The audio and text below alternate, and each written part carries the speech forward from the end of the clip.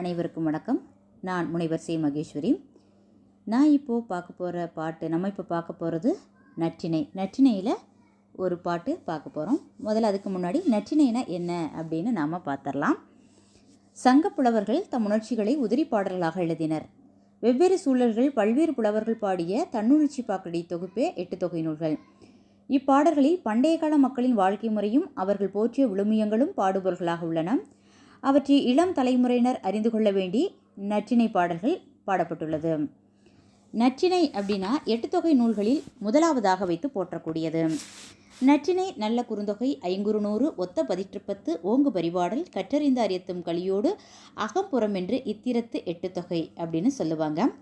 நற்றினுடைய சிறப்பு பெயர்கள் அப்படின்னு பார்த்தோம் அப்படி சொன்னால் எந்த நூல்களுக்கும் நல் அப்படிங்கிற ஒரு சிறப்பு இல்லை.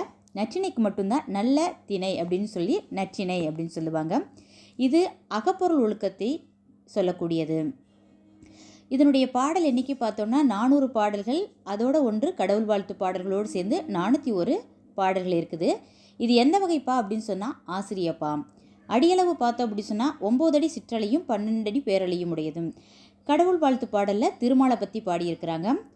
தொகுப்பித்தவர் பன்னாடு தந்த பாண்டியமாறன் வழுதி, தொகுத்தவர் பெயர் தெரியல. பாடியவர் கிட்டத்தட்ட 175 புலவர்கள் மேற்பட்ட புலவர்கள் பாடியிருக்கிறாங்க.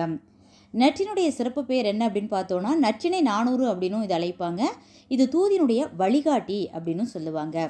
இப்போ நாம் பார்க்க போகிற பாட்டு எம் ஊர் வயில் உண்துறை தடையியம் கடவுள் முதுமரத்து உடன் உரை பழகிய தேய வளைவாய் தென்கண் கூர் உயிர் வாய்ப்பறை அசாம் வழிமுந்து கூகை மைவூன் தெரிந்த நெய்வெண் புழுங்கல் எளிவான் சூட்டொடு மலிய பேணுதும் எஞ்சா கொள்கை எம் காதலர் வரல் நசையித் துஞ்சாது அளமறு பொழுதின் அஞ்சிவர கடும் குரல் பயிற்றா தீமே.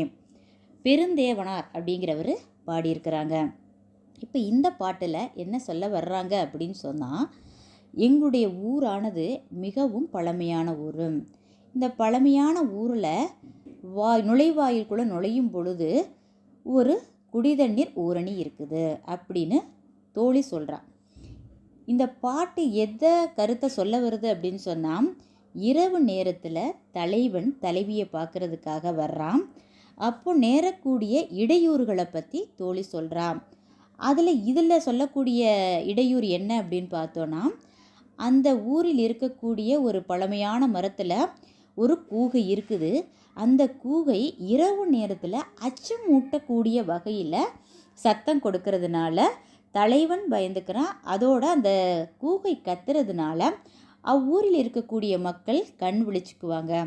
அப்படி ஊர் விழித்திருந்தால் தலைவன் தலைவியை சந்திக்க முடியாது. அப்படிங்கிறதுக்காக தோழி கூகையே நீ கத்தாத, நீ கத்தாமல் இருந்த அப்படின்னு சொன்னால் உனக்கு நீ கேட்குறதெல்லாம் தருவேன் அப்படின்னு சொல்கிறான்.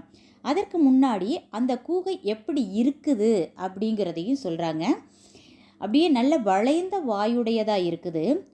கண் இரவு நேரத்தில் ஆந்தைக்கு நல்ல கண்ணு தெரியும் கூகைக்கு, அதனால தெளிவான கண்களை உடையது அப்படின்னு சொல்கிறாங்க. அதனுடைய கால் விரல்களில் கூர்மையான நகங்கள் இருக்கும். அப்போது அந்த பழமையான மரத்தில் பழமையான ஊரில் ஒரு அச்சம் தரக்கூடிய ஒரு கூகை இருக்குது அப்படின்னு தோழி சொல்கிறான். அப்போது அந்த தலைவன் வரக்கூடிய நேரத்தில் கூகையே நீ கத்தாத, அப்படி கத்தாமல் இருந்தால் உனக்கு சில பரிசுகளை நான் தருவேன் அப்படின்னு தோழியானவள் சொல்கிறான். என்னென்ன தருவேன் அப்படிங்கிறத பட்டியலிடுறான். ஆட்டிறைச்சியை வெட்டி போட்டு அதில் நெய் கலந்து நல்ல புழுங்கல் அரிசி சோறு வடித்து அதை உனக்கு நான் தர்றேன். அதோடு சேர்த்து எனக்கு கூகைக்கு எலி ரொம்ப பிடிக்கும், எலியை சுட்டு வறுத்து உனக்கு நான் படையலிடுறேன். உன்னுடைய வயிறும் மனமும் நிறையும். எங்கள் மேலே நீ ரொம்ப அன்பான குணத்தை வச்சிருக்கிற. அதனால் என்னுடைய தலைவன், அதாவது தலைவன் தோழி, தலைவி தோழியை சந்திக்க வர அந்த தலைவனை எங்களுடைய தலைவன் அப்படின்னு தோழி சொல்கிறார். அந்த இரவு நேரத்தில் வரும்பொழுது நீ உன்னுடைய அச்சம் மூட்டக்கூடிய அந்த ஒளியை எழுப்பாத, அப்போ தான் அந்த ஊரில் இருக்கக்கூடிய மக்கள் உறங்குவாங்க. நாங்களும் என்ன செய்யலாம், தலைவனோட அளவலாவலாம். அஞ்சி விழிக்கும் நிலையில் இருக்கும்போது உன்னுடைய கடுமையான குரலால் எங்களை நீ வருத்தாத.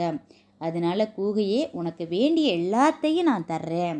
நீ என்ன செய்யாத, தலைவன் வரும்போது மட்டும் உன்னுடைய அச்சமூட்டும் குரலால் பயமுறுத்தாத அப்படின்னு தோழி சொல்கிறான். இதுதான் இந்த பாட்டினுடைய பொருள். நன்றி.